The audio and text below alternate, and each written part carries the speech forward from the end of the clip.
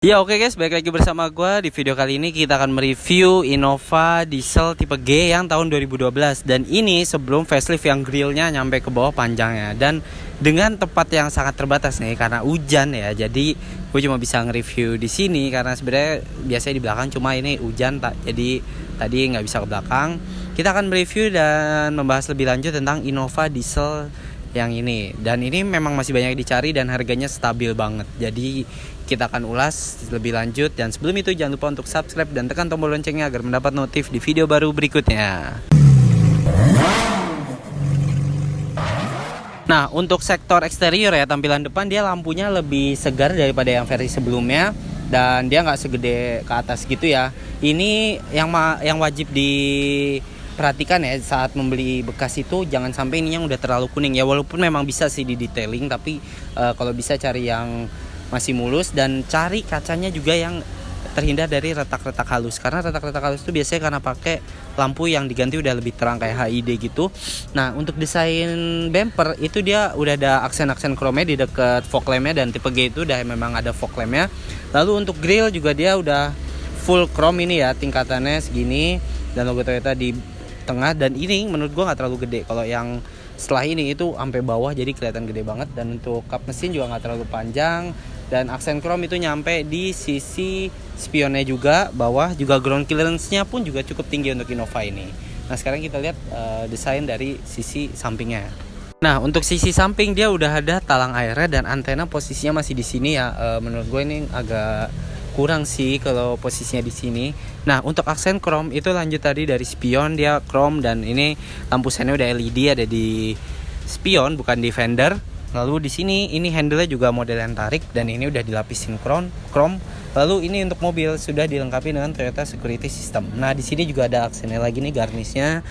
Dan di bawah itu seperti yang kita lihat dari depan bahwa ground clearance-nya itu cukup tinggi. Tuh, ini tinggi banget. Nah, lanjut ke baris kedua, dia juga masih sama, ini juga masih mengikuti. Dan kalau yang tipe V ya, itu antenanya dia udah di samping, jadi bukan pakai yang di depan seperti itu. Dia di samping tuh ada modelnya gitu. Nah, untuk tangki bensin dia ada di sebelah kiri, dia bentuknya kotak gitu.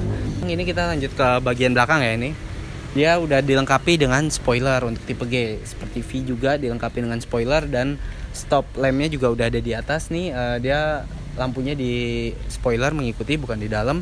Dan di sini itu juga penyegaran dari segi lampunya dari generasi yang sebelumnya. Nah, kalau menurut gua ini lampunya itu sangat lebih segar daripada Innova yang sebelumnya. Jadi gue lebih suka lampu desain yang seperti ini dan nggak terlalu gede juga. Nah, untuk di belakang ini gue ingat banget dulu tahun-tahun segitu Innova Avanza itu selalu dapat tambahan seperti ini. Dulu gue ngambil Avanza juga yang tipe G ada tambahan kayak gini ya, guard pelindung untuk bumper ya. Dan di sini ini dia sensor cuma rear parking sensor, belum ada rear kameranya. Kalau yang tipe V itu kayaknya udah ada sih. Nah, untuk aksen chrome juga ada nih di atas tempat plat nomornya, dia garis kayak gini chrome. Lalu di dekat kaca belakang pun juga ada garnish chrome-nya. Dan kaca ini belum defogger yang tipe G. Dan di bawah sini juga tadi ininya pelindungnya dia warna hitam, lalu chrome dan juga silver di tengahnya. Dan untuk rear parking sensor itu dia ada 2 buah di tengah sini, jadi belum ada 4, di kanan kirinya nggak ada. Dan di sini emblem Toyota, di sini 2.5G, dan di sini Kijang Innova logo emblemnya. Itu kalau dari keseluruhan eksterior, menurut gua walaupun tahunnya 2012 tapi masih kelihatan seger banget kalau untuk dibeli sekarang. Itu. Oke, untuk sektor bagasi dia cukup luas kalau baris ketiganya dilipat seperti biasa. Tapi walaupun nggak dilipat pun itu juga masih enak-enak aja. Dan untuk kita langsung lihat ya kapasitas bagasinya seperti apa. Ini dia kapasitas bagasinya memang seperti yang gue bilang tadi, dia baris ketiga juga dilipatnya ke samping, ke kanan kiri. Dan di sini itu ada toolbox, tempat untuk penyimpanan barang-barangnya. Toolboxnya ada di sisi kiri, udah tertata rapi. Nah, untuk ban serep itu dia terletak di bawah. Jadi untuk ban serepnya adanya di bawah, bukan di dalam bagasinya. Nah, ini kayak di bawah sini berarti rata ya, nggak ada bannya. Nah, untuk membuka pun ini juga dia nggak ada pernya. Jadi untuk baris ketiga ini joknya, jadi mesti ditarik ya. Nah, kayak gitu baru akhirnya turun. Dan untuk ngangkat itu juga mesti ditahan.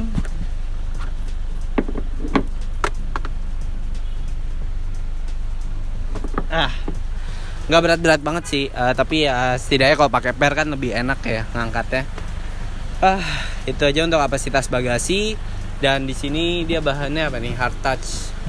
Tapi kalau di bawahnya dia udah bukan bludru, jadi nggak rawan kotor juga. Dia udah ada lapisan joknya nih kalau yang ini unitnya. Itu aja kalau dari sektor bagasi.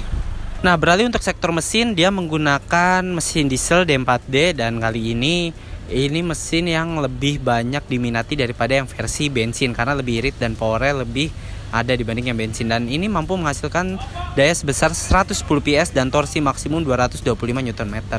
Gila, torsinya gede banget dan dicapai di RPM yang lebih rendah. Jadi pastinya lebih bertenaga, dan untuk konsumsi BBM dia bisa pakai solar, jadi lebih irit dari konsumsi BBM-nya. Dari pengeluaran untuk biaya kebutuhan bensinnya maksud gua, karena dengan solar lebih irit pastinya itu. Oke guys, sekarang udah di dalam nih, dan di dalam itu ini mumpung hujan lagi, jadi kita bisa mendengarkan suara hujan dari dalam itu bagaimana peredamannya. Dan di mobil ini peredamannya cukup bagus, gue nggak terlalu mendengar bunyi yang sangat berisik dari atasnya sini karena mungkin plafonnya juga tebel ya, berarti lapisannya. Ini walaupun di sini masih bludru dia, tapi cukup bersih. Dan di sini depan nggak ada lampu bacanya, dia lampu bacanya di tengah. Jadi di antara baris pertama dan baris kedua. Lalu untuk sun visornya belum ada, vanity mirrornya, tapi yang di penumpang sini sudah ada, cuma yang di bagian pengemudi tidak ada. Lalu untuk tipe G ini dia belum ada dual airbagnya, jadi cuma tipe V yang udah ada, belum ada steering switch audionya juga. Untuk pengaturan setir dia masih tilt doang, belum teleskopik. Dan di sini ada retract mirrornya di bagian bawah AC yang pengemudi sini sebelah kanan. Dan di sini ada parking sonar. Lalu di panel tengah head unitnya ini cukup bagus ya. Dia udah support USB juga, udah Dolby Digital, bisa MP3, DVD juga video, karena ini head unitnya udah cukup, menurut gue udah bagus. Dan yang tipe V itu lebih bagus lagi head unitnya. Nah, di atas head unit ini ada jam digital juga, dan kalau yang tipe V itu kayaknya nggak cuma jam doang tapi ada pilihan lainnya. Dan di sini AC masih kayak kompor, berikut dengan pilihan aliran udaranya. Dan di sini belum ada penghangat ya, dia masih cuma pendingin doang. Nah, di sini ini juga nih ada tempat buat penyimpanan di atas dan di bawah bagian penumpang. Jadi tempat penyimpanannya ini cukup banyak, bahkan di tengah aja itu juga ada ya. Dia di sini cukup luas sih dalamnya. Dan di sisi kiri kanan pintu itu juga ada door pocket dan cup holdernya satu buah di kanan kiri masing-masing. Nah, material dashboardnya pun juga ini masih hard touch ya, belum soft touch. Tapi kalau dilihat itu kayak posisinya rapi banget, dia langsung enak gini buat dilihat. Dan warnanya itu berbeda ya, atas sama bawah. Yang bawah ini lebih ke coklat mudanya gitu. Dan di sini ada aksen silvernya, bukan chrome. Dan setir itu juga udah empuk sini ya, jadi enak banget dipegangnya nih. Walaupun memang belum ada airbag, belum ada steering switch buat ke head unitnya gitu, tapi ini posisinya udah enak banget. Dan view-nya itu enak banget, dia visibility ke depannya pun enak. Dan untuk ke belakang pun juga menurut gue nyaman-nyaman aja, walaupun nggak pakai rear kamera parking. Walaupun bentuknya juga gede ya, tapi ini masih nyaman banget. Untuk audio itu juga dia udah dilengkapi dengan tweeter di depan, kanan, kiri. Dan speaker dia di sisi pintu maupun belakang juga ya sama. Dan untuk audionya ini bisa dibilang tergolong cukup enak, cukup enak untuk sekelas mobil MPV dengan harga 200 jutaan. Dan memang ini diesel ya, jadi getarannya memang terasa sampai dalam, cuma menurutku masih bisa ditoleransi dengan peredaman yang cukup baik dari si Innova-nya ini gitu. Nah, untuk di baris kedua dia sudah ada double blower juga ya, jadi malah triple kalau ini. Jadi di sini juga udah ada, dan pengaturannya ada di dekat lampu ini ya, lampu interiornya dalam. Dan di belakang ini pengaturannya ikut baris kedua, jadi dia udah sampai belakang AC-nya. Dan untuk posisi duduk ini enak banget, dia legroomnya cukup luas, bukan cukup luas, malah luas banget. Kalau ini nyaman banget naik Innova. Dan memang Innova tuh nggak pernah salah sih, apalagi yang model ini dia memang fiturnya nggak terlalu banyak, nggak berlebihan tapi nggak kekurangan juga, jadi masih nyaman banget di dalam tuh. Ini posisi headroomnya aja masih nyisa lumayan, dan untuk ininya ya dimundurin kita dapat berapa? Oh ini karena baris ketiga dilipat, dan dilipatnya itu dia ke samping, jadi baris kedua kalau mau dimundurin banget itu kehalang dengan kursi lipat yang di belakangnya ini. Jadi ya maksimal cuma segini doang, tapi segini aja udah nyaman banget. Dan ini bahannya joknya itu masih bludru, jadi ini rawan banget kotor ya. Apalagi warnanya coklat beige gini, jadi rawan banget kalau misalkan kalian langsung dapet itu, kalau bisa disarungin kulit aja biar tetap awet, nggak bakal kotor gitu. Nah untuk sektor kaki-kaki dia depan udah disc brake, belakang masih tromol, dan untuk velgnya dia menggunakan 5 PCD, ukuran velgnya ring 15, dan ini profil bannya 205/65, dan modelnya ini agak kembangan kayak gini ya, dan ini nggak membosankan menurut gua kalau untuk segi desain. Ini walaupun single tone tapi bentuknya dan warnanya ini menarik dan pas gitu lah sama mobilnya, nggak yang kayak berlebihan banget, jadi nggak terlalu boring dan nggak terlalu berlebihan kalau menurut gue untuk desain velgnya.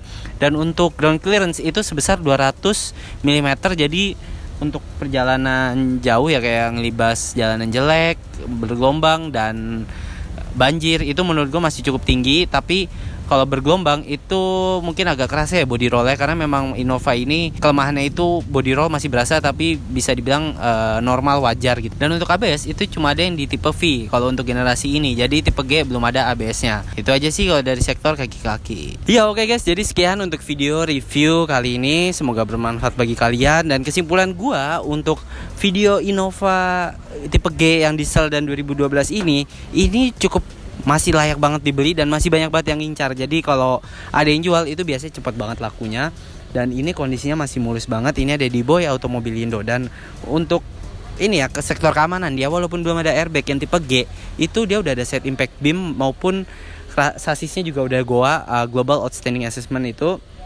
Jadi cukup aman, dan berbagai fiturnya pun memang ya dibanding tipe V itu dia lebih dikit ya.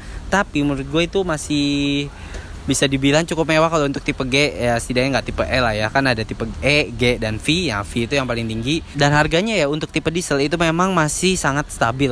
Kalau yang bensin itu harganya bisa dibilang kurang stabil ya, lebih di bawah diesel. Sekarang orang lebih banyak nyari yang diesel karena memang lebih irit dan bisa diisi dengan solar. Jadi pengeluaran untuk BBM-nya pun juga bisa dibilang akan lebih irit karena selisih harga bensin dengan diesel dengan solar maksudnya itu. Jadi itu aja untuk video kali ini, semoga bermanfaat bagi kalian, dan tetap jaga kesehatan, dan kalau nggak penting jangan keluar, tetap di rumah aja. Itu aja, dan jangan lupa untuk subscribe dan tekan tombol loncengnya. Sampai ketemu di video baru berikutnya.